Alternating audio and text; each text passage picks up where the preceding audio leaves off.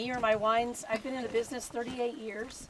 I was one of the first dozen women to graduate UC Davis in '78 in the winemaking field, and put in my dues for a lot of years. But in 2000 went out on my own and started my own brand.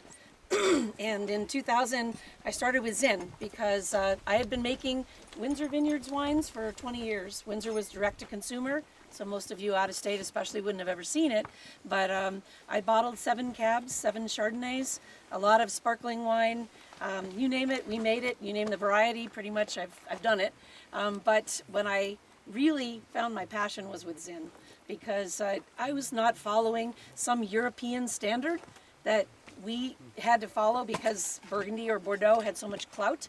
I'm not a European wine lover at all, so I didn't want to have to follow funky standards for wines that were made that way because of tradition and because they couldn't get their grapes ripe enough to make a really forward fruited wine like a Zinn. Sorry, I'm fighting a bit of a cold. So I chose Zinn also because it's a 1-year aging cycle. I could turn my barrels in 1 year, and I didn't have to buy a whole second set. If you're going to make a Cabernet right out the gate, it's going to tie up your barrels for 1.5 years. Your second vintage, you got to buy a whole new set of barrels. That's expensive when you're just starting out. So Zinn was a good way to start, and I had a ready-made marketing organization with ZAP. So if you guys aren't familiar, ZAP, Zinfandel Advocates and Producers, having their tasting at the end of February this year, not January, in case you're planning ahead. It's going to be really special this year. So long story short, I started with 3 Zinns: a Cucamonga Zinn called Munga Zinn, a Wild Thing from Mendocino, wild yeast fermented, and Rocky Reserve from Rockpile. And the way I got kind of roped into this is that I had another vineyard that I thought I had a contract on in Dry Creek. The words operational there are thought I had a contract. The ex-husband of the vineyard owner actually had sold the grapes to somebody else, and she didn't know. And I had already bought some custom crush space and my barrels and everything, was really counting on it to be my flagship Sonoma County wine because I'm based in Santa Rosa. So I called up my really good friends in ZAP, Joel Peterson and Kent Rosenblum. And Joel said, let me think about it. I might have a vineyard I could sell you a couple tons. And Kent, bless his heart, immediately on the phone said, yes, I want you involved in this project.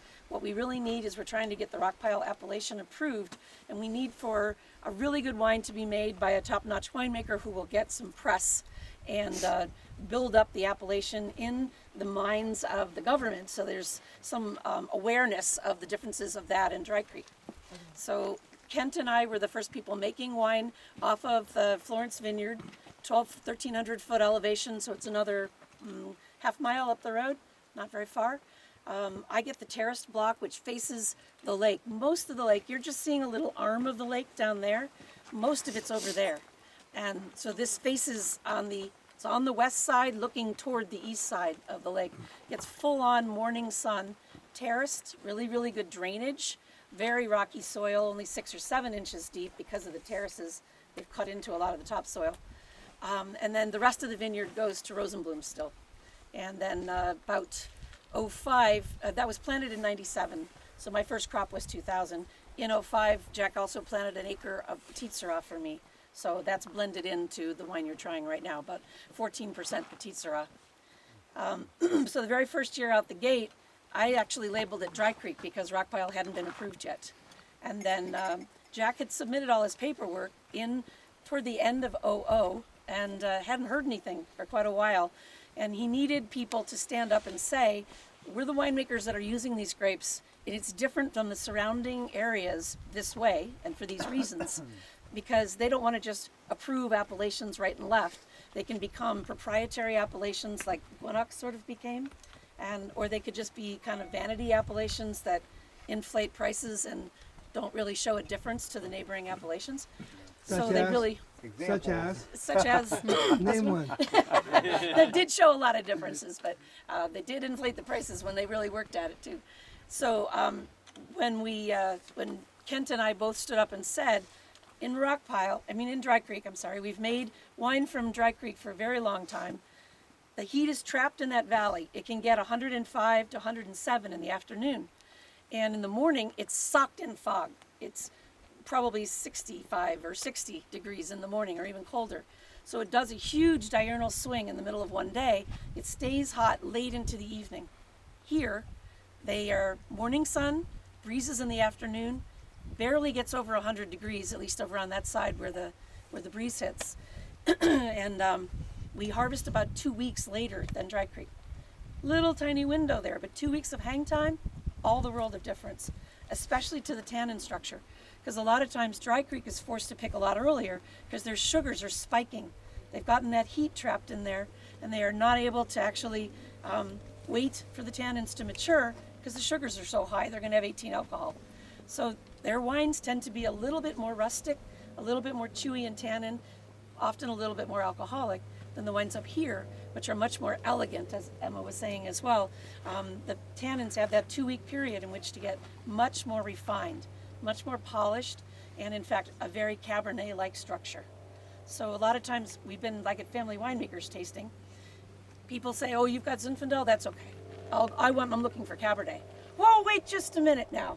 We want you to taste this Zin because it tastes a lot like Cab. And they're really amazed. I had one guy actually stop and argue with my husband for quite a while. I know this has Cab in it, but it has an herbal quality and it has a structure very much like Cab. But it has all of the big full fruit that a Zin should have. And I find a lot of blueberry, as Emma was saying, also a lot of blue fruits. So to me, a lot of people are saying it's the Zin with the heart of a Cab. To me, it's what a Cab would be if it could be. So we've been making Cab every year since 2000, and I see a real consistency among the different regions of Rockpile. Almost all the Zin is in the southern end of Rockpile. It goes way the heckin' back up there to 2,000 foot elevation. There is a vineyard with a little bit of Zin at the very end, the Rockpile vineyard, but it's a little unproven as yet. It's only had a year or two of production.